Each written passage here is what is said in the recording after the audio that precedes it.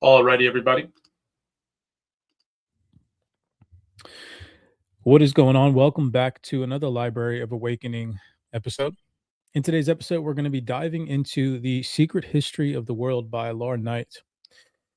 Um, now, this book is very interesting. It goes over things like Atlantis, ancient catastrophes, lost civilizations, megalithic technology, sacred geometry, the Holy Grail, the Ark of the Covenant, the origins of the Bible. It talks about the lost tribes, ancient flight mechanisms, altered states of consciousness, and even the possibility of realities existing beyond our normal dimensions.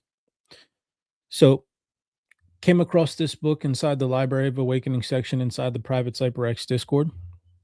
So, as always, these books, if you guys want to read along or you want to access these books, you all are more than welcome to. Head over to cyberxtrading.com. You guys can tap in with us, join me and the research team on this quest for knowledge and information, and just join our journey of accumulating this info over the past couple of years. Such a storehouse of wealth and information inside the CyberX Discord here. And I think I came across this book inside the ancient wisdom and symbolism section in the Library of Awakening area. So we're going to dive into this one. Here it is, Laura Knight, The Secret History of the World. And I'm going to just read as much as my throat chakra will allow me to today. And then we'll jump off here. Oh shit. Let's see if I can get you guys to stand up right. My stand is solid. There we go. That's probably safer.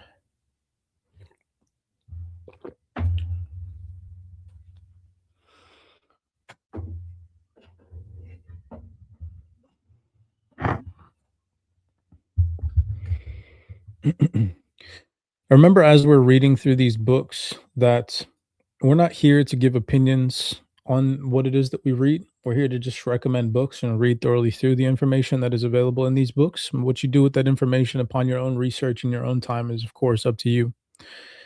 We're not always in agreement with what these authors write in their books, nor do we hold the same perspectives as the authors in these books. I personally try not to engage with people who bring a personal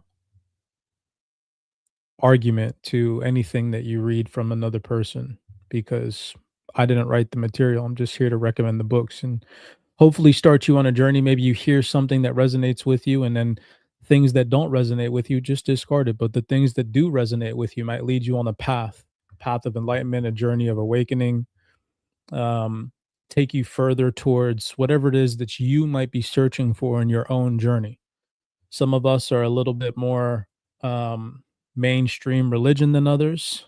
Some of us are more open minded than others. We're all here, and in a sense, to just accumulate knowledge and apply that information, hopefully, to benefit yourselves in such a way that can then lead you to benefit mankind. So introduction here, we'll probably get into that, and then maybe hopefully chapter one, albeit it looks like it's about 72 pages up until through chapter one. So I don't know if we're going to get through all that, but we'll try to get through as much as possible.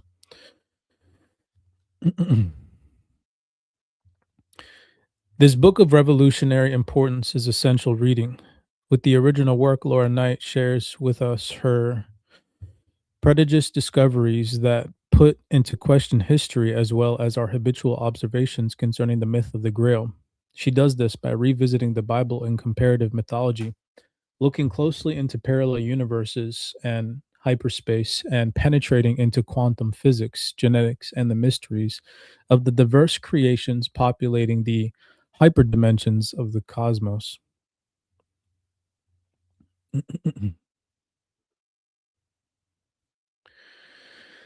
Note to the reader about Cassiopeians. Hopefully, I'm saying that right. Cassiopeians appear in several places in this book. While the information contained in this book could as well be given without referring to this term, it is better to point out the source of the inspiration. The name Cassiopeia was given by a source contacted by LKJ in 1994 after a 2-year long experiment in superluminal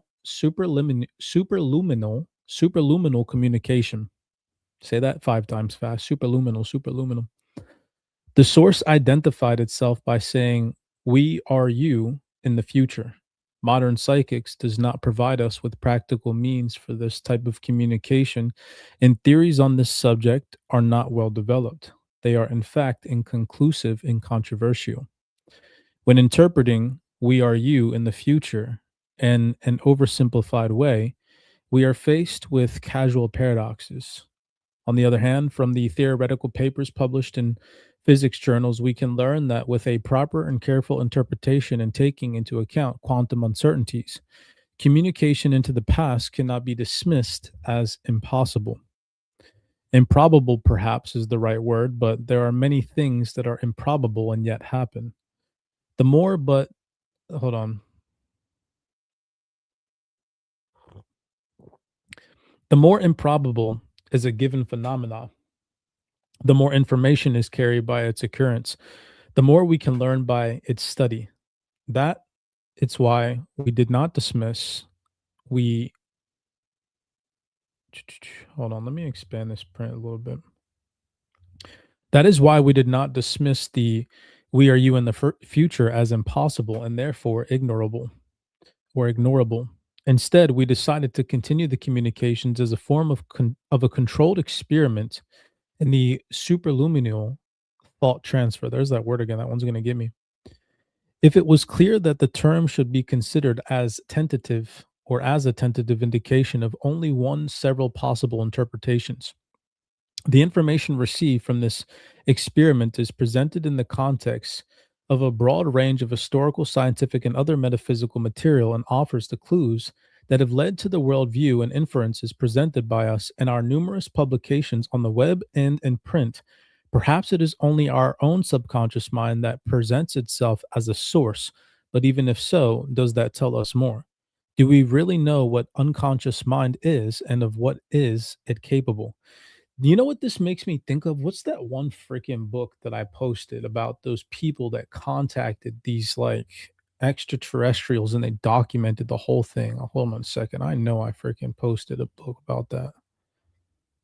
Now I gotta find it because it's itching at me. I posted pictures and everything. Shit, actually, as a matter of fact, TikTok might have taken it down.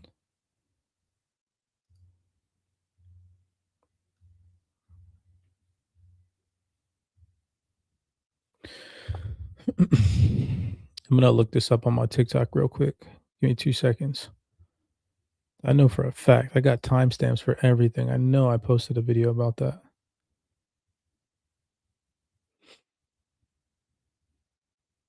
Oh yeah, it's right here. See? The raw material.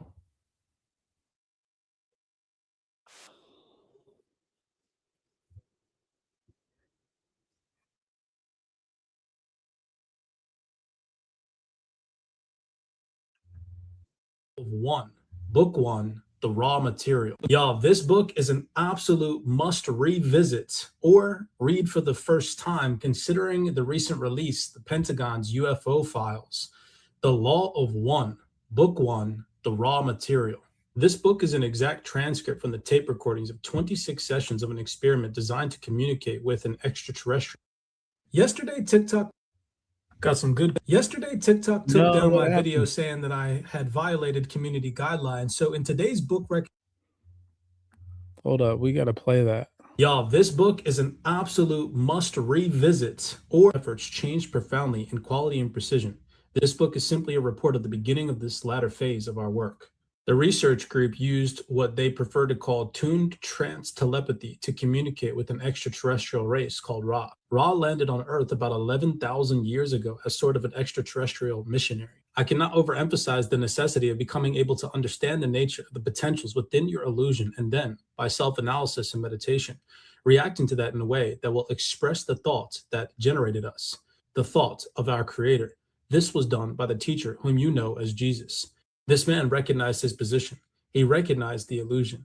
He understood the reason for the potentials within the illusion, and his reaction to these potentials and activities within the illusion was a reaction which was expressing the thought of the creator, a thought of love. Keep uppermost in your mind that the illusion that you experience is an illusion, that it is surrounding you for the purpose of teaching you. It can only teach you if you become aware of its teachings. This brings us back to the serious consideration of reincarnation. Yo, I told you this book. This book is freaking crazy. They were freaking communicating with extraterrestrials and whatnot, right? And they documented the whole thing. And then here we got this book talking about the similar thing. I'm telling you, it's just interesting stuff to pay attention to, you know, at the end of the day, to piece it all together. Um, so back to this read, right? This is kind of just what it's talking about here in the opening portion, at least to what it is that I'm interpreting as. Let's just try and get to the first chapter though, because I don't want to spend too much time on the forward of this book and the introduction. I want to try to actually get through some of the meat because if we enjoy the first chapter of this book, I might honestly finish it. A book, if I'm going to see another thing people don't understand is I read so many books that like I'm not here to try to gravitate towards one book. I'm reading like the first 1 to 3 chapters of a book, and if it doesn't gravitate with me, on to the next. You know what I mean? I don't sit there and force myself to finish a book that just isn't um that isn't attuned to my frequency. You know what I mean? Like, damn, where the good thing we didn't read the intro, y'all. Holy crap. Maybe we should. This thing looks juicy. I see UFO, coin telepathy. Oh man. Maybe I feel bad for skipping the intro on y'all, but damn, this intro is hefty.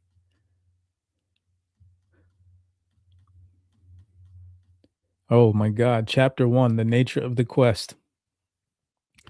Geez, 56 pages in. Oh, I just realized this book is 812 pages. I'm sitting there tripping like, why are we in scroll land right now? All right. Many literal critics seem to think that a hypothesis about obscure and remote questions of history can be refuted by a simple demand for the production of more evidence than in fact exists. By the way, everybody that's on the live right now, appreciate all the love and the support. Shout out to the CyberX researchers for all these books. Shout out to everybody on TikTok, on Instagram, on YouTube.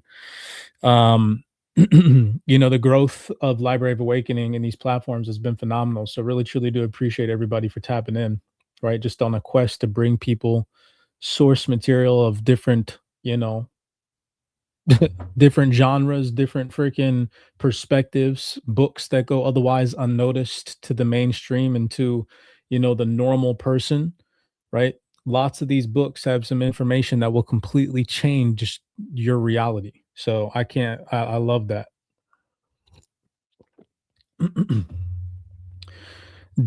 How the heck disjecta membra.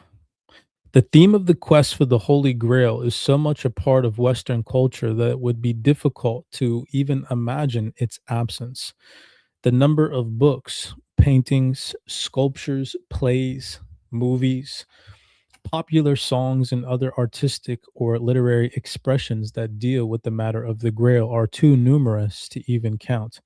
The Holy Grail represents many things to many people, but in general, we could say that it represents the quest for all and everything.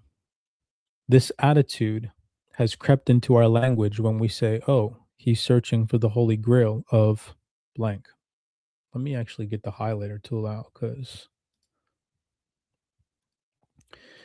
because Laura Knight might start spitting heat, and we got to make sure that we give her some credit where credit's due if she starts spitting some fire. The Holy Grail. All right, we got that. You can fill in the blank with about any field of endeavor. Everyone who considers the subject, even momentarily, is certain that at the core of the legend is a secret and or some ultimate prize of material nature. It could even be said that the attachment Western society has to the legends of the Grail is really just but a proportion to the actual confusing content of the stories themselves. In fact, many people who are certain that there is a deep meaning to the legend of the Holy Grail haven't even read the original stories that gave birth to that legend. Yet something acts on us, each and every one, to trigger the imagination, the soul, whenever the subject comes up. And this suggests that there is some vital thing, some magic, some mysterious archetypal dream that the very words Holy Grail awakens in the spirit of Western peoples. Dang, that's such an interesting concept to think about. That's like one of those universal things that when you just say to someone, even if they have no knowledge on the subject, they have a general idea or a concept in their own way of thinking or mindset when they hear that terminology or that vocabulary, what the Holy Grail would be. So, in a sense, she's saying that these words resonate with the human brain to like spark this idea in your spirit. It says the Holy Grail awakens in the spirit of the Western peoples. It's interesting. It's like, what did they do to us? If you've seen the movie They Live, right? Where, or how I don't want to get into that because I don't know what TikTok allows, but just this conception that we're programmed to resonate with certain things from birth. So it's just interesting. It activates something in our collective unconscious, transforming the muddled and confusing elements of the original stories into an enchanted land of heroic love and mighty feats of daring do that can only be performed by the purest and the best. Let me reread that. It seemed a little off. The original stories into the enchanted land of heroic love and mighty feats of daring do that can only be performed by the purest and the best, and all of us in our most private fantasies dream that we are the one who can achieve the grail. Anyone who studies the matter of the grail already knows that there are literally multiple thousands of scholarly and or imaginative works on the subject. There are essays, studies, criticisms, volumes of them devoted to this fascinating subject. The student of the Grail literature also knows that these endless treatments of the perspectives, for example, there is one school of thought that proposes the Grail to be an entirely Christian matter. There are undeniably Christian elements that dominate certain versions. Then there is the school of thought that claims that the Grail matter is essentially pagan and most definitely of Celtic provenance. They point out that the later Christianized versions were attempts by ecclesiastics to cover up and amalgamate a popular theme to Christian purposes. These two are the broadcast or the broadest divisions, but no means let me reread that. These two are the broadest divisions, but no means are the only ones. Each group can be subdivided into branching schools holding forth one or on any of dozens of theories. I think that's supposed to say one of many of dozens of theories. Faced with insurmountable problems when trying to promote their individual arguments, the theory of the Christian origin of the Grail breaks down completely when confronted with the most distressing fact that there is no Christian tradition concerning a Joseph of Arimathea. It seems that Joseph does not exist outside of the Grail stories and must be relegated by Christianity to romantic fantasy. In fact, as Jesse Weston reported as early as 1260, the Dutch writer Jacob van Merlant denounced the whole Grail issue as lies, declaring that the church knew nothing of it, and he was right. The pagan Celtic advocates have to face their own difficulties when dealing with the legends. The part of the Grail stories that can be proven to be definitely pagan and Celtic. The perceivable stories in its original form has nothing to do with the Grail at all. So the problem is this: while parallels can be found for one or another feature of the whole cycle of stories, when taken in isolation, this cannot serve a broad overview because to derive parallels necessitates breaking the stories up into a group of independent themes. There is no Q document, as is theorized for the Gospels of the New Testament, a lost original source from which different elements are drawn.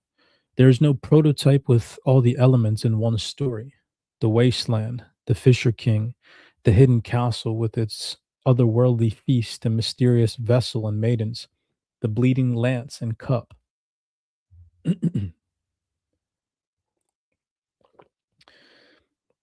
Y'all, everybody on live, shout out to you guys on TikTok. Appreciate the love, appreciate the likes. If you guys want to do me a favor, I don't know if you can share lives, but if you vibe with what we're reading, share that live, smash that like. We appreciate the love and the support. If you're over on YouTube, blessings to you all.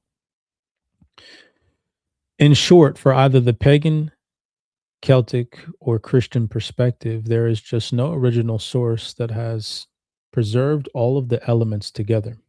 What this means is that the most logical approach. Oh, the most logical approach.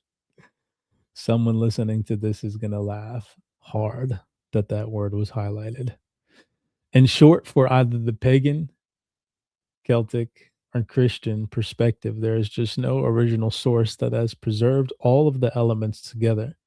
What this means is that the most logical approach to take to the subject is to understand at the outset that neither school of thought can ignore the other and that a broader approach is needed. Damn, I love that sentence. Like, if everybody could just fuck with that one sentence, you know how many wars would not happen in the world? Like, you could be right, but you could be right. There's clearly two sides to the story, a whole bunch of information that conflicts with each other. So that must mean that there's probably something deeper than both the stories that you all have to offer. So let's just come together and figure out what that deeper shit is. Duh. Like, problem solved. Man, everybody's always got to have a pissing contest, though. Jesse L. Weston, after more than 30 years of study, wrote a little book entitled From Ritual to Romance. She noted therein an observation that was startling in its implications.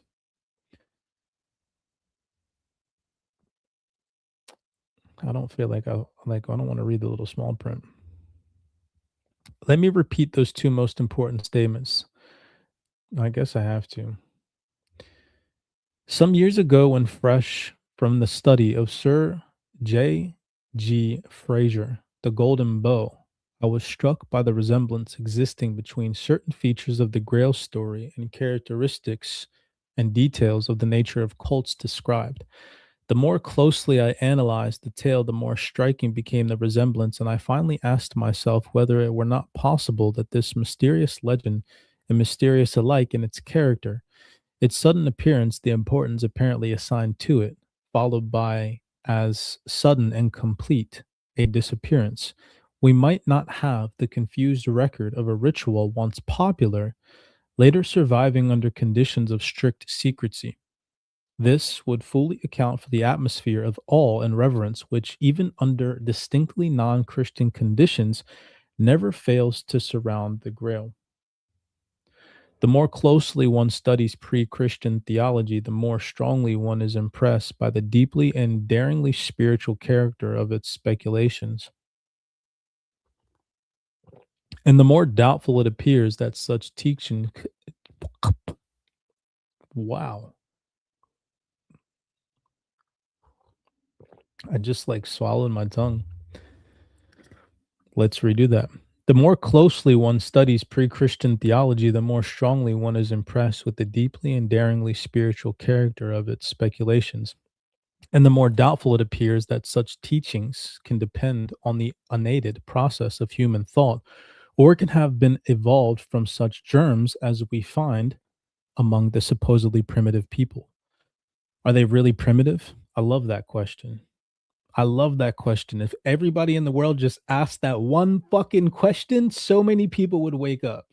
Were these ancient people really primitive when they were building fucking structures and megalithic sites that align with the freaking stars and the moon and the sun and freaking gematria and and astrology and like all this crazy shit?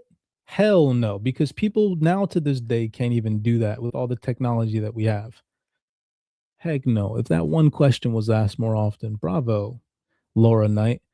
Or are we dealing with not the preliminary elements of religion, but with the disjecta membra of a vanished civilization? I would fuck with this sentence. Certainly, it is that so far as historical evidence goes, our earliest records point to the recognition of a spiritual, not of a material, origin of the human race. I like that sentence too.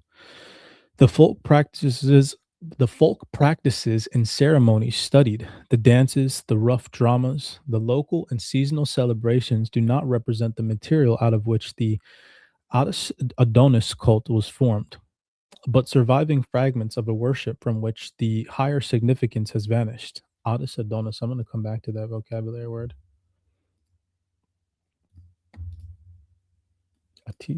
Adonis. My aim has been to prove the essentially archaic character of all the elements composing the Grail story rather than to analyze the story as a connected whole. Let me repeat those two most important statements. The disjecta membra of a vanished civilization, surviving fragments of a worship from which the higher significance has vanished. In short, what Mrs. Weston has proposed is that the Grail stories were a brief emergence into the general consciousness of something so ancient that finding the threads and reweaving the whole cloth of the sacred tapestry might require a perspective of not merely thousands of years, but possibly tens of thousands of years, of antediluvian even.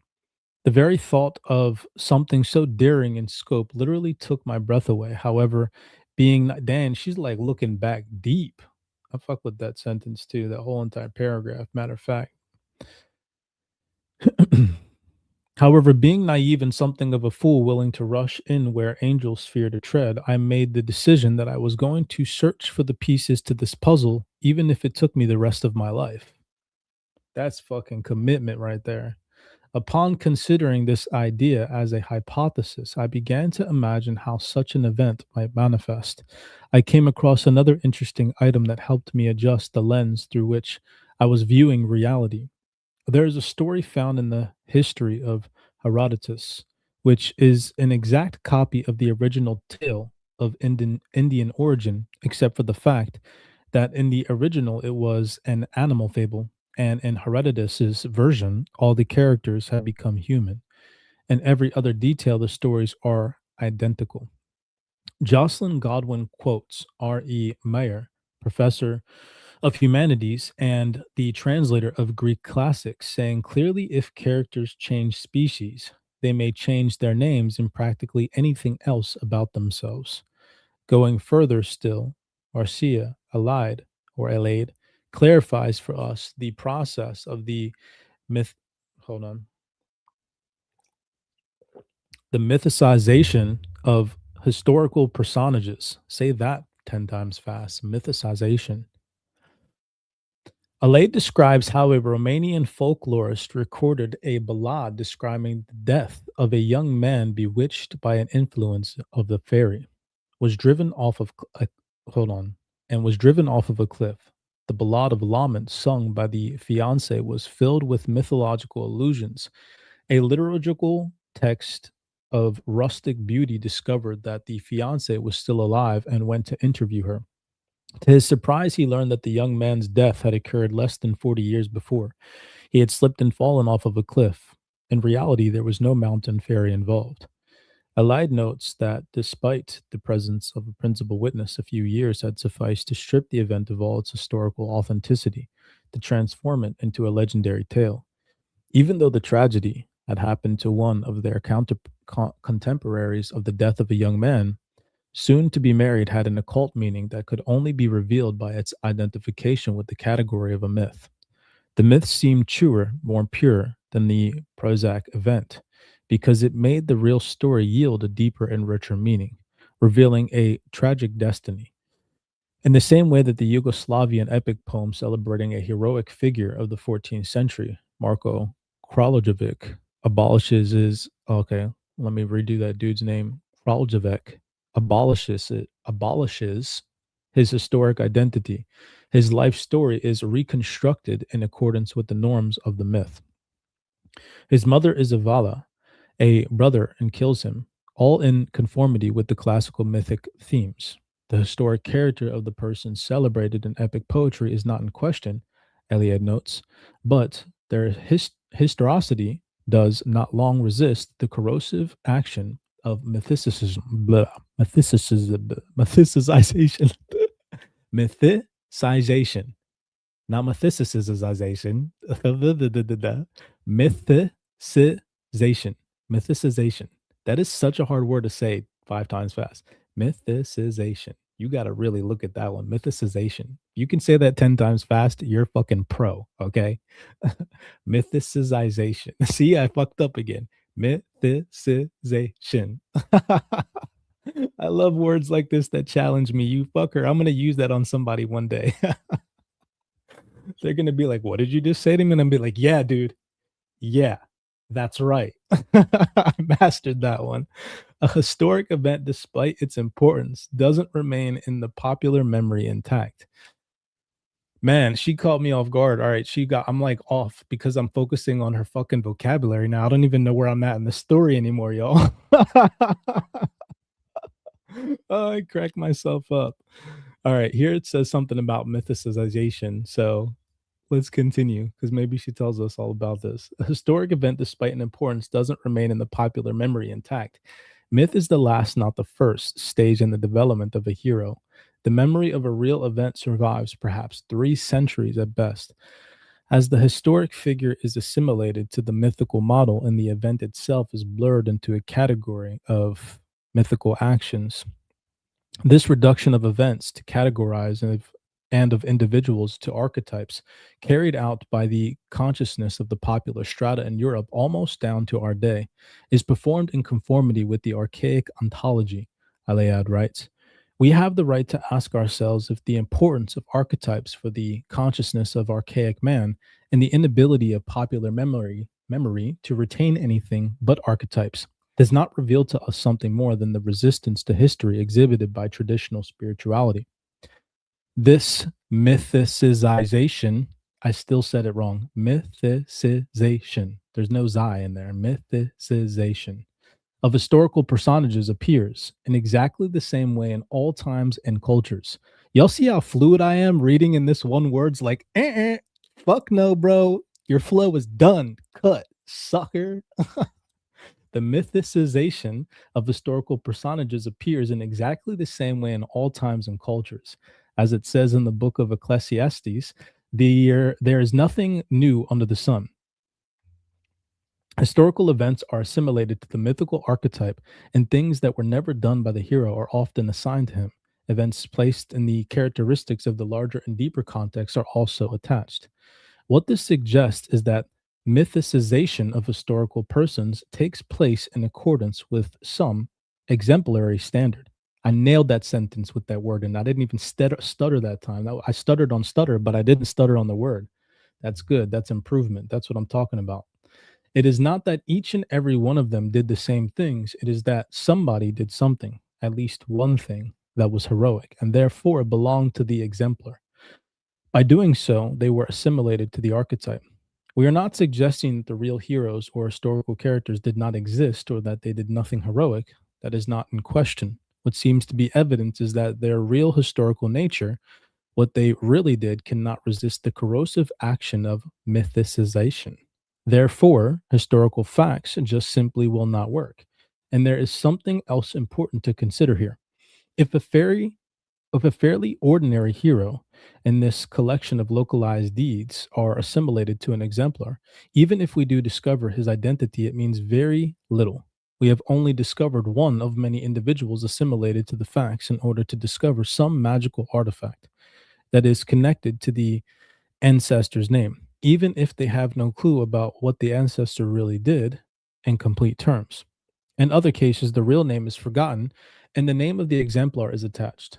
This may not seem to be much help in figure out what really did or who really did what, but with care and patience and comparison, we can come to some logical conclusions about the past. Before written historical records based on facts were written down, or before the original written accounts were destroyed, which is another distinct possibility. Another point that is crucial to our investigation is that myths do tend to preserve the ideas of institutions, customs, and landscapes, even if we cannot rely on them for what we would call personal historical truth. And finally, what we perceive from studying myths, legends, sages, and epics is the evident fact that they are not creative inventions of whole cloth. There is a model There is a reduction of events to categories and individuals to archetypes, and this model is in conformity with archaic ontology. It could even be said that mythicization of the historical persons lays bare for us the meaning of the person in the event, meaning that can only be seen by withdrawing from the immediate historical event. I fucking nailed that one. I nailed that one. That's 3 for 3. I'm watching you, mythicization.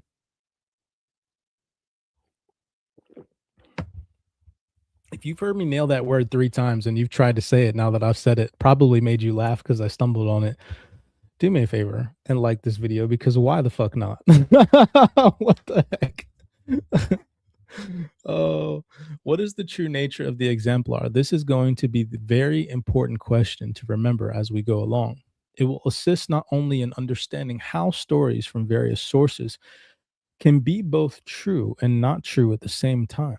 It is also going to be a major clue in our investigation of certain very important matters that will come into play as being pivotal in the Grail quest. I like how she finally full circled this, because damn, that was a bit of a rabbit hole she went on to like get to this point. Is there a level of reality at which the exemplar exists and which impresses itself upon humanity in broad psychology terms? In other words, does the mythical archetype refer to a theological reality, a hyperdimensional realm from which our own is projected like a movie, in which we live and move and have our being like a game piece in a board? I don't know if you could read. You can't be reading books like this when you're on like a fucking edible and you smoked a joint. Like you can't be. It like opens the brain a little bit too much for thought. As we study in the Grail stories in comparison to other myths and legends, we notice the ubiquity of the universal theme of a golden age. I like the way that that word hits, ubiquity, which was destroyed in some terrible way. A deluge, a fall from grace, a punishment. We suspect that Geoffrey of Monmouth, interwove this tradition cleverly with the story of King Arthur. In most cases, the story talks about the world before giants, the gods, and their doings, in terms that seem to be utterly fantastic. The usual explanation ascribes such stories to any number of theories, based on the fearful and ignorant state of the howling savages of the Stone Age, who imaginatively created myths to explain the inexplicable forces of nature around them. Many alternative researchers and theorists have already expounded at great length on the idea that many myths represent an archaic reality. Among the ideas they have proposed are those that follow the pattern that there was a time in human history when the planets interacted violently, and these became the foundational myths of the wars of the gods. In such scenarios, the thunderbolts of Jove are such stories, or the exchanges of electrical potentials between planets. Hold on, let me reread that. I lost myself. In such scenarios, the thunderbolts of Jove or Jove are such stories in the exchanges of electrical potentials between planets. Others have proposed that advanced technology, such stories as, hold on, what the heck? Why is this tripping me out? In such scenarios, the thunderbolts of Jove are the exchanges of electrical potentials between planets. Others have proposed that such stories represent the interactions of aliens or alien human hybrids with advanced technology. Okay, that's why, because I was skipping that freaking line. In these theories, the thunderbolts of Jove are nuclear weapons, and Jove was just a regular guy with a big bomb. After consideration, our little story about the mythicization of history and the historization of a myth, we have some idea that both of these approaches could be true.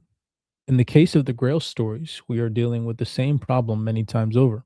However, in the Grail stories, there are repeated references to the same symbols or objects of cultic value. These mysteries, or these mysterious, objects, form a central theme of the auction of the story of the quest. And it seems that a true understanding of these objects is essential to the hero himself, as it is to the modern day seeker of mysteries. The object are a cup or a dish, or the objects, are a cup or a dish, a lance or a sword, and a stone. If we begin to search through myth and legend, finding one of them here, another here, and then reassemble these elements, we come to a certain idea that they are all part of an ensemble. But what does this ensemble of elements really represent? When we consider these elements carefully and study them, we come to the idea that an ancient scientific knowledge might be what is being portrayed in these stories.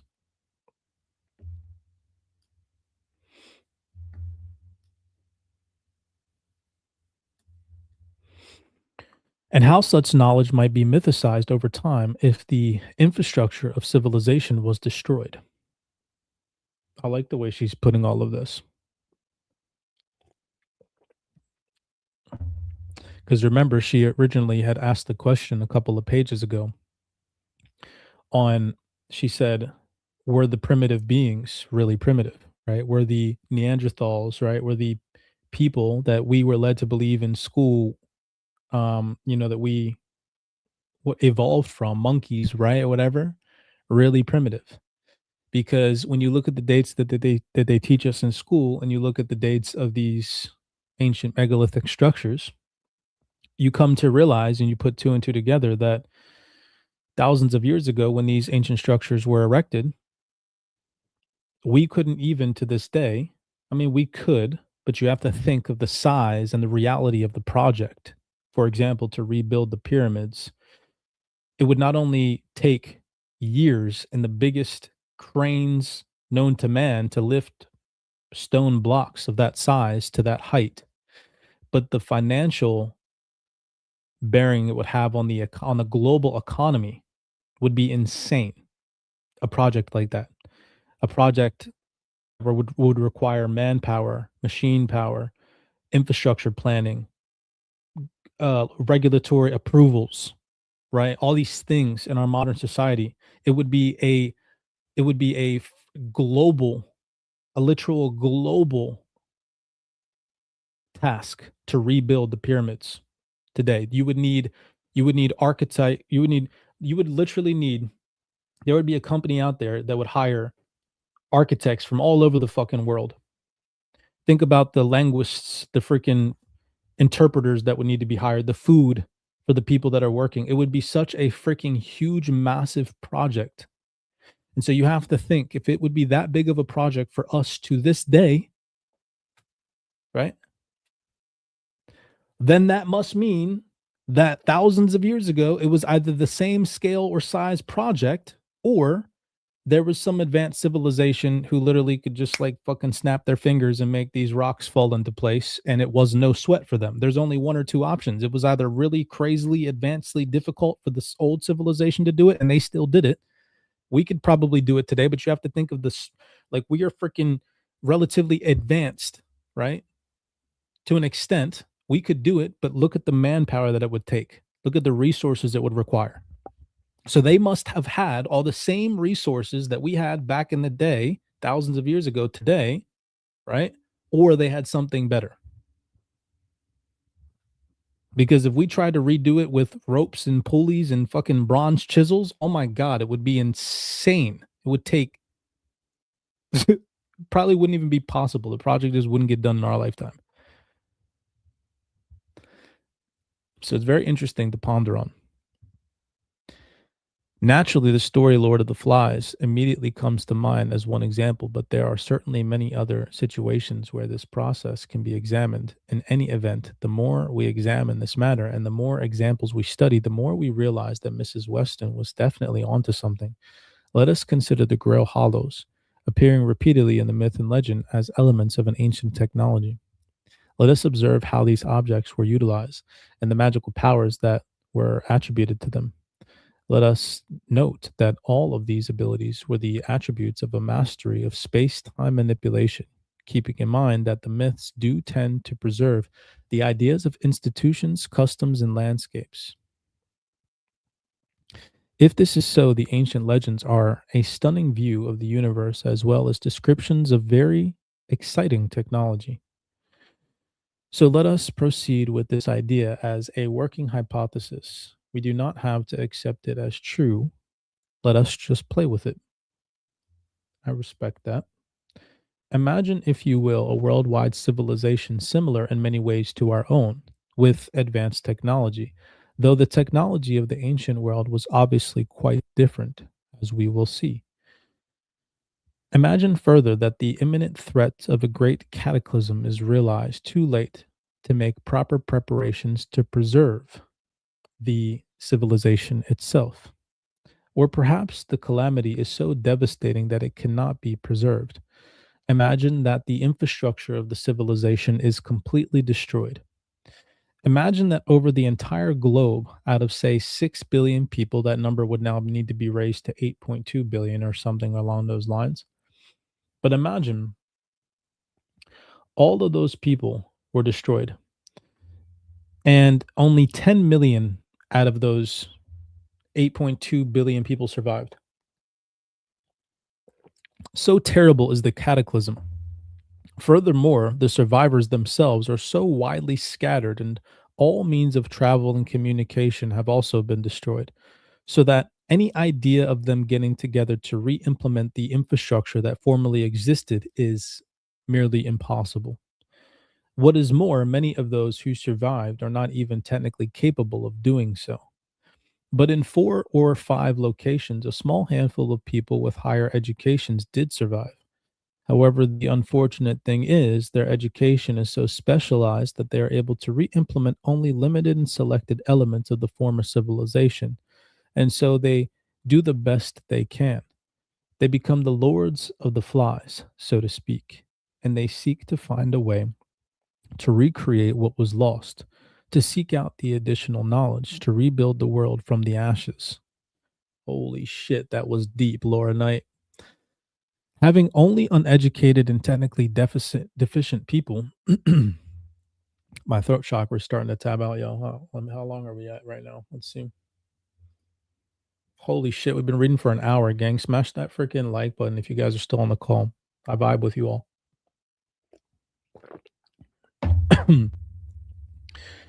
I appreciate you guys for tapping in with me today. I told you I was going to try to do at least 1 to 2 readings per week because I use my throat chakra a lot for freaking work because I'm always talking, I'm always on business calls, I'm always on Zoom calls. Sometimes reading these books at the end of the day is actually a thrasher on my throat energy because I use my voice throughout the entirety of the day. We'll read let's see how many pages we have left. Chapter 1. I told you chapter 1 was freaking long. All the chapters were pretty long. I think it ends on 72. No, it doesn't end on 72.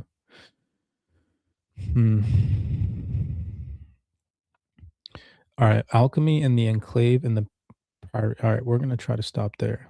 Where was that highlighted? Okay.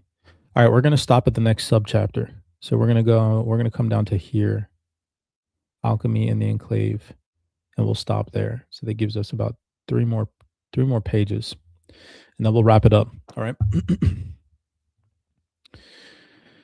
Having only uneducated and technically deficient people to do all the necessary work, and knowing that when they die, what they do know will be lost, they attempt to pass on as much knowledge as they can to as many as they can, knowing that even this is incomplete. Or conversely, they create an elite power structure where the knowledge is only dispensed to a very few in order to keep the reins of power in their own hands and in the hands of the descendants or their descendants. In such a situation, what knowledge would be considered the most valuable to pass on? What would be foremost in the mind of such a person? Well, the progenitor of a power hungry elite would certainly pass on knowledge that would perpetuate the control of others. But an individual who wishes to help humanity as a whole might be thinking that a better world may come if they only pass on what they know and leave it up to those who come after to add the missing pieces. Would not this knowledge be important things about the civilization itself, its infrastructure, its modes of communication, of travel, of laws, of ethics, its high science, and most of all, the terrible information that was revealed at the very last, just before everything was blasted back to stone? The knowledge that the earth regularly and cyclically undergoes a cataclysm.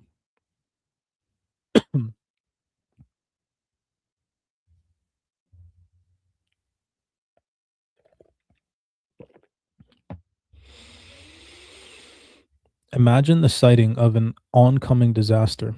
Damn, I have dreams about that shit all the time. You ever had a dream where you're just like on the beach chilling? You're like fucking on the beach, relaxing, kicking it with somebody that you love or chilling by yourself or whatever. And then all of a sudden shit just goes bad and people start running. And then you see a big ass wave from the distance. If you had one of them dreams, let me know in the comments right now. I know for a fact that is a common dream.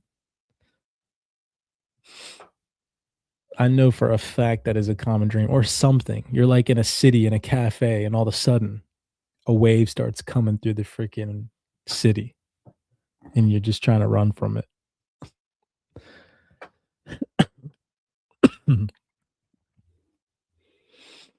Imagine the sighting of an oncoming disaster, such as a barrage of comets in our own civilization.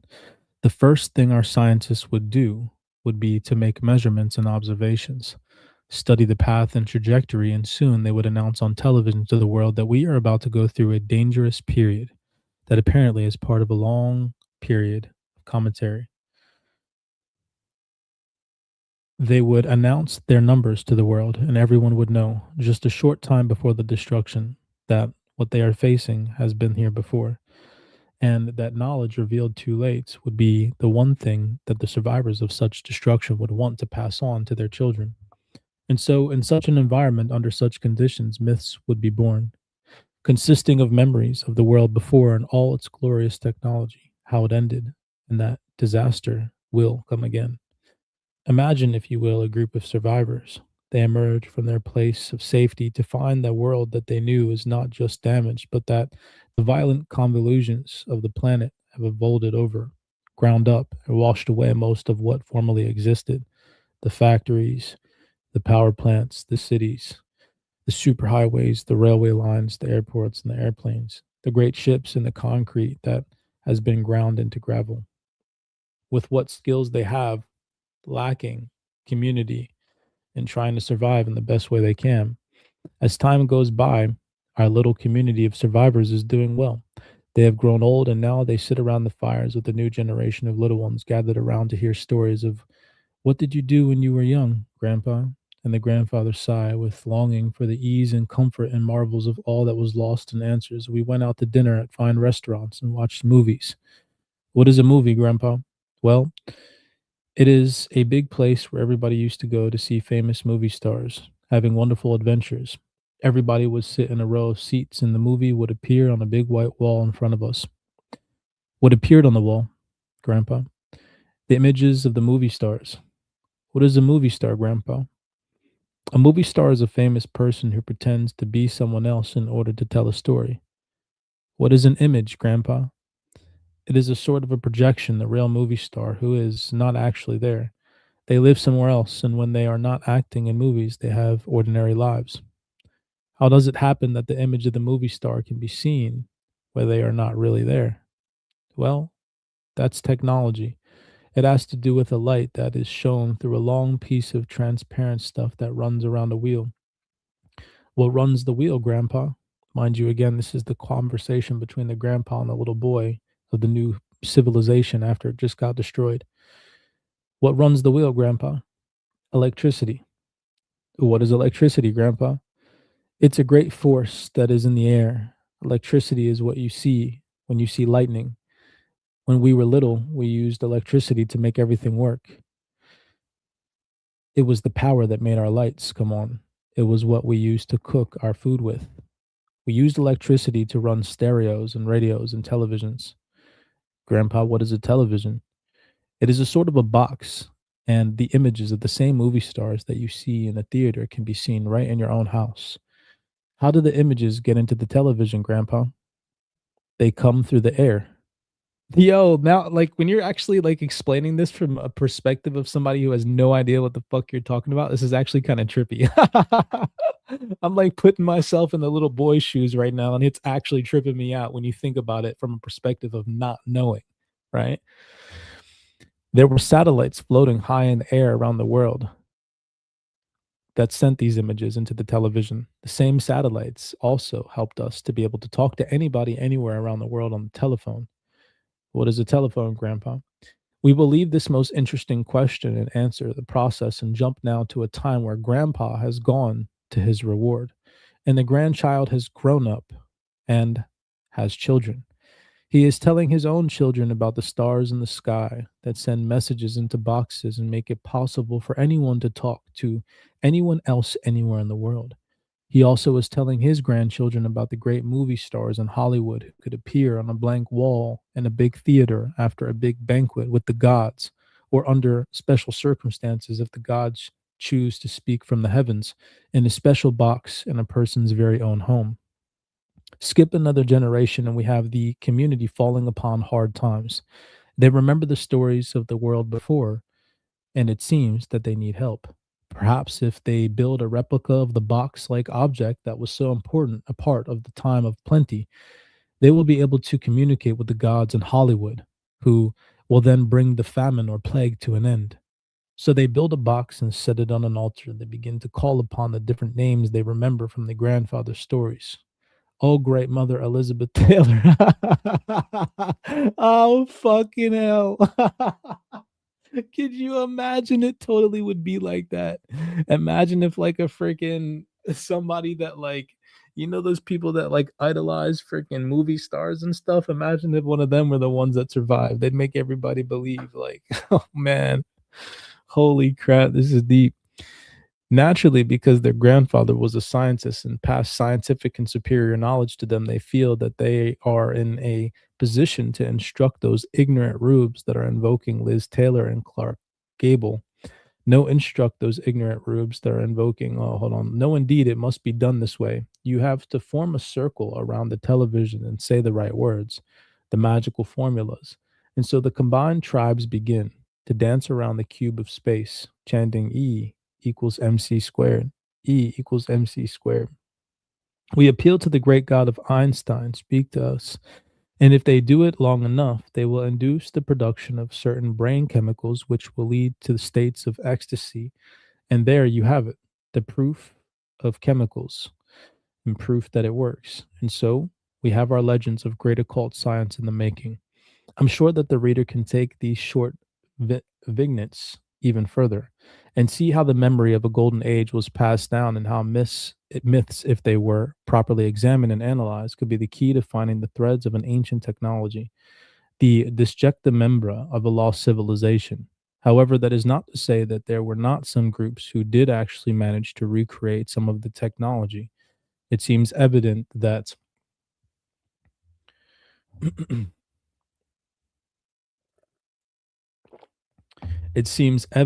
some scientists, some technocrats survived and were responsible for the sudden emergence of civilizations that we know in our recorded history.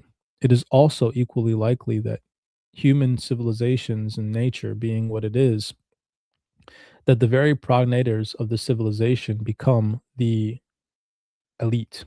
And as so often happens when the elite take advantage of the masses, revolutions come about destroying the very wellspring of that knowledge. Also, as noted, there were probably others who sought to preserve the knowledge encoded for the future when only a revival of technology would make any of it comprehensible. This brings us to another line of thought. In 1984, the Office of Nuclear Waste Isolation and a group of the other institutions commissioned Thomas A. Seabuck to elaborate answers to a question posed by U.S. Nuclear Regulatory Commission. The American government had chosen several desert areas in the U.S. for the burial of nuclear waste. The idea was it was easy to protect it from intrusions at the present time, but since they were dealing with deadly elements and had, hold on, they were dealing with deadly elements which had half lives of 10,000 years or more, intrusions into such areas. How would you protect people in the future from destroying humanity by dangerous empires and civilizations?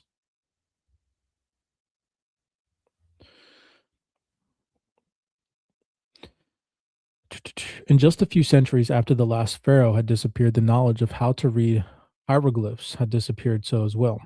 So it is conceivable that mankind could be reduced to a dark age existence that came into being following the decline of the golden age of Greece and the fall of Rome of the Roman Empire. The question was, how will we warn the future about the danger? Embardo Eco discusses Sebek's findings. Almost immediately, let me see. All right, we're almost there. Alchemy right there is where we're going to stop. Another solution would be to establish temporal segments of 3 generations each, calculating that in any civilization, language will not alter beyond recognition between grandparents and grandchildren, giving instructions that at the end of each segment, the message will be reformulated, adapting to the semiotic conventions prevailing at the moment. But even this solution presupposes precisely the sort of social continuity that the original question had put into doubt. Another solution was to fill up the entire zone with messages in all known languages and semiotic systems, reasoning that it was statistically probable that at least one of these messages would be comprehensible to the future visitors, even if only part of one of the messages was decipherable. It would still act as a sort of Rosetta Stone, allowing the visitors to translate all the rest. Yet, even this solution presupposed a form of cultural continuity, however weak it would be. The only remaining solution was to institute a sort of priesthood of nuclear scientists and anthropologists, linguists, and psychologists supposed to perpetuate itself. By co opting the new members, this caste would keep alive the knowledge of the danger, creating myths and legends about it, even though in the passage of time these priests would probably lose a precise notion of the peril that they were committed to protect humanity from. There would they would still survive, or there would still survive, even in a future state of barbarism, obscure but oh man, what efficacious, efficacious, efficacious taboos. It is curious to see that having been presented with a choice of various types of universal language, we or the choice finally fell on a narrative solution, thus proposing what really did happen a millennia ago. By emphasis, Egyptian has disappeared, as well as any other perfect and holy primordial language, and what remains of all this is only myths, tales without a code, or whose code has long been lost. Yet they are still capable of keeping us in a state of vigil in our desperate effort at decipherment. It is extraordinarily significant to meet the echo and how it has suggested so clearly that there is an idea that our ancient ancestors may have been faced with the knowledge of a very great peril to mankind and brainstorm for a solution as to how to transmit this information to future generations. And it is with this idea that we come back to the myths or the information to future generations. And it is with this idea that we come back to the myths that form the foundation for said religions and form a working hypothesis that such stories are the narrative provided by our ancestors of a nuclear waste isolation. And there we find the problem. We cannot just read and answer. We have to deeply analyze the stories. We have to discover the various versions and their inversion, and by tracking the roots of words, discover their relations. In such a way, we just might be able to rediscover what our ancestors once knew and what they have so desperately tried to tell us. I like it. We'll wrap up there. Blessings to you guys and gals for tapping into this afternoon read. This was The Secret History of the World by Laura Knight. I'll probably end up reading a couple more chapters in this book and peek through it. I definitely had a good time reading this one with you all today. We laughed a couple of times. What was the word that got me? Mythicization. That word got me. That was my bad word today. I always have one word that gets me every read, and I get fixated on it because it's like a new word that I've never freaking said before. I like that, mythicization. But if you all enjoyed this read, do me that favor, smash that thumbs up button, subscribe to the platform. Do appreciate your time.